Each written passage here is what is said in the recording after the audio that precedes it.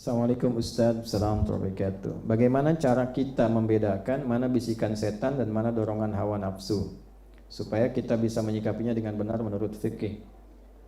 Gini, nafsu itu asalnya dia netral.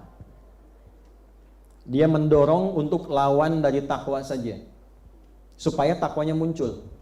Misal, memang unsur-unsurnya negatif semua. Marah, nafsu.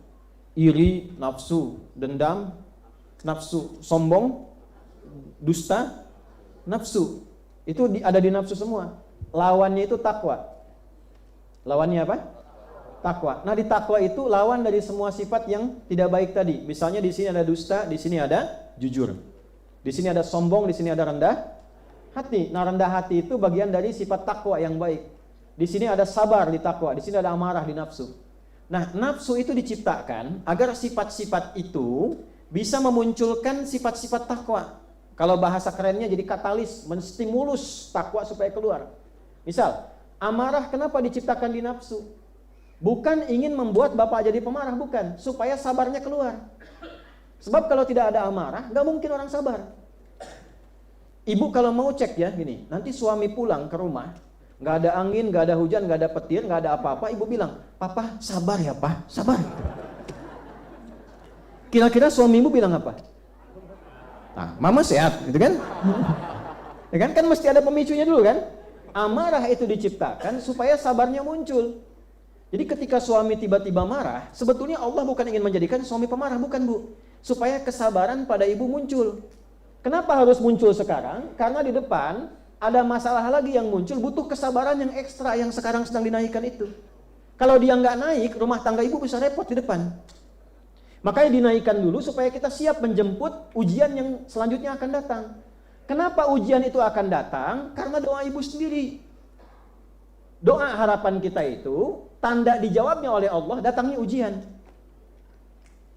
Ujian itu jembatan menuju jawaban. Ya Allah, aku ingin lulus ya Allah dalam kuliah ini. Bagaimana cara lulusnya? Ujian. Kan nggak mungkin, nggak ikut sekolah tiba-tiba wisuda dapat ijazah misalnya, kan mustahil. Jangan dipotong ya, awas nih. Awas nih, kok nyambung aja ya. Nggak, saya nggak ikut-ikutan masalah-masalah politik gitu. Nah tuh. Awas. Ujian kan? Ini sih salah nih. Ada ujian dulu. Jadi dunia juga begitu. Kita dari SD mau ke SMP lewati apa? Nah, sekarang Anda berdoa, ya Allah anugerahkan saya kepintaran. Apa tiba-tiba langsung pintar? Kan belajar dulu. Ya kan? Belajar butuh pengorbanan kan? Cari buku, belajar pakai guru dan sebagainya, baru jadi. Nah, kadang-kadang kita minta, ya Allah, anugerahkan aku rizki yang membuat aku lebih mudah ibadah kepadamu. Pengen mobil, apa langsung mobil datang? Kan tidak kan? Ikhtiar dulu kan? Walaupun ketika Anda ikhtiarnya, bisa Anda dengan berkhidmat ke masjid, lagi beres-beres.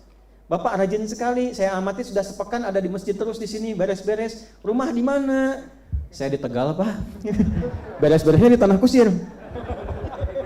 Kesini pakai apa? Ya seadanya aja jalan. Ya udah, biar Bapak gampang, besok saya kasih mobil ya. Bisa jadi. Bisa terjadi begitu. Ya. Saya waktu satu kali ngajar di Bekasi, malamnya mimpi pegang setir mobil. Saya berangkat biasanya pakai motor. Nah, sama yang asistennya kawan, kan tinggal di pavilion di rumah itu waktu itu. Pagi subuh begitu mau berangkat saya bilang, "Mas sini," saya nggak sebut nama. "Sini, tolong antar saya ke masjid. Tapi kalau pulang nanti jangan banyak tanya. Pokoknya pulang aja." Nah, beliau biasa bawa mobil kan, antar pakai motor. Setelah kajian ada jamaah yang ngajak ke rumah, "Ustadz mampir sebentar." Ngobrol udah, "Ustadz gimana dakwah macam-macam." "Nah, Ustadz mohon maaf di depan itu mobilnya Ustadz." "Oh, mobil saya kan."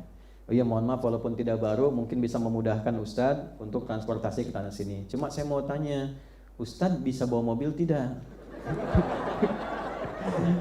Saya bilang, "Saya tidak Pak, tapi ini bisa." Jadi akhirnya pulang pakai mobil, motor disimpan. Saya bilang sama yang bawa, "Diam aja," gitu. Sampai Akhirnya mobil itu karena banyak orang pengen ngaji, pengen apa, karena bilang beliaunya, Ustadz kalau memang nggak cocok dijual nggak apa-apa, kalau perlu sama saya juga nggak apa-apa, jual lagi. Akhirnya saya jual, dibikinkanlah kemudian tempat untuk belajar, saya sewa ruko, didirikanlah Quantum Ahyar Institute di bulan Agustus tahun 2013. Di situ digantikan. Nah, untuk supaya orang ngaji ada yang belajar bahasa Arab di situ, ya. Hampir tiap malam pada maghrib dulu datang belajar. Ada yang dari macam-macam, ada yang tukang cukur, ada yang dari perusahaan macam, masih ngaji dulu. Dari situ tiba-tiba Allah pertemukan lagi ngajar, ada adik di pesantren yang dulu saya dampingi, udah lama ketemu 11 tahun. Nah, di mana sekarang? Saya ngajar begini, senang beliau. Nah, tiba-tiba yang tadi itu diganti lagi dengan mobil yang baru lagi. Nah, baru sudah ada, sudah kemudian dari situ, alhamdulillah dapat tempat. Nah, itu dikasihkan lagi begitu, yang pakai lagi. Tempatnya kemudian dikembangkan lagi, lalu jadi tempat, setelah jadi tempat kita wakafkan. Itulah hidup kami seperti itu. Tuh, jadi ya alhamdulillah, jadi menikmati apa yang Allah anugerahkan, tapi sewajarnya saja. Ya, jadi kalau ada yang katakan, Ustaz orang kaya, Anda salah, saya kaya banget karena saya punya Allah. Enggak, saya punya Allah. Itu inti, kalau sudah merasa punya Allah itu ringan hidupnya. Kaya banget.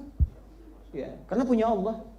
Bukan berarti punya, tidak, kayak apa umroh gini kadang nggak ada uangnya, nggak ada Pak, tapi hati kita kan yang tunjukkan. Kalau udah berikan sudah, tapi pas mau berangkat ada ya, tapi tidak semua hati begitu. Ada yang juga pengen diberangkatin nggak dikasih ya, ada yang pura-pura nulis gini pengen dikasih nggak dikasih gitu. Ya, emang kan nggak begitu juga semua jalan. Nah, itulah nafsu.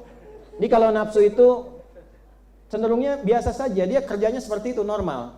Tidak ada bisikan yang harus kriminal, asalnya nggak kriminal, cuman mengkatalis saja supaya ini naik yang baiknya. Kadang-kadang ada yang biologis, pengen makan, mau lewat nih ada somai depan, mau masuk belajar, mau beli, ustadz datang, nanti aja bang, gitu kan. Begitu selesai lihat lagi udah habis somainya. Nah, pulang ke rumah kepikiran, sampai kepikiran mau tidur, sampai mimpi ketemu somai. Nah, itu nafsu. Kalau setan tidak. Kalau setan bagaimana caranya dia maksiat? Itu tugasnya. Makanya disebut syaitan dari kata syatona, yang menjauhkan orang dari kebaikan. Setan itu tipikalnya yang penting maksiat. Gimana caranya maksiat? Kalau nafsu ingin aja, ingin gitu. Kalau setan gimana caranya maksiat? Wah, sepatu bagus nih. Pengen sekali punya yang seperti itu. Datang setan. Kapan? Kapan lagi ada kesempatan begini katanya kan? Nah, itu setan. Jadi cara membedakannya, kalau setan cenderung provokasinya pada maksi, kalau nafsu keinginan yang terus terbawa. Yang bahaya itu setan menunggangi nafsu. Ya, makanya kadang-kadang dalam bab tertentu dilarang kita berpenampilan atau menampakkan sesuatu yang menghadirkan dorongan nafsu supaya tidak ditunggangi setan.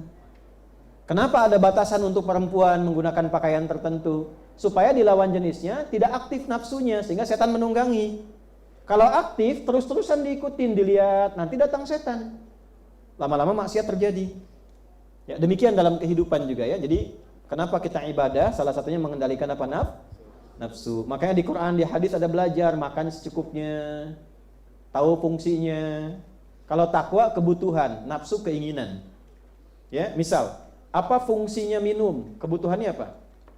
Menghilangkan haus. Nah, nafsu memberikan warna dalam minuman itu. Pengennya apa? Oh, saya udah lama minum air bening, pengennya susu aja, ya kan? Nah, itu nafsu namanya. Jelas. Nanti mama besok kita makan apa? Nasi uduk Pak, gitu. Ya baik, kita berangkat nanti ya. Yang di mana? Yang di Paris. Ya benar. Itu nafsu. Nah, padahal kebun sirih juga ada misalnya kan.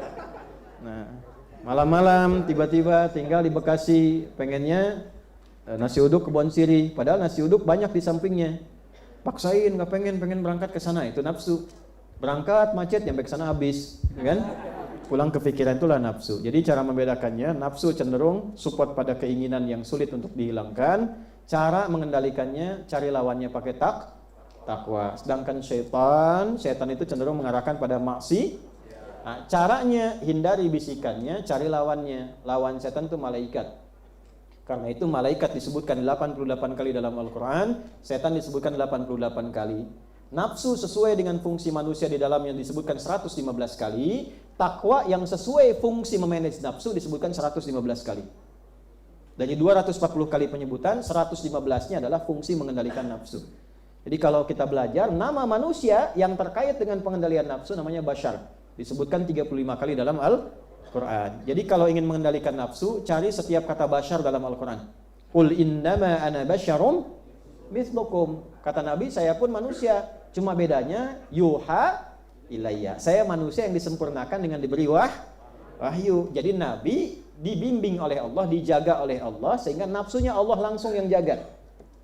Kita bukan Nabi, bukan Rasul. Bagaimana cara menjaganya? Jaga takwa yang sudah Allah titipkan pada diri kita dengan mengambil petunjuk Nabi.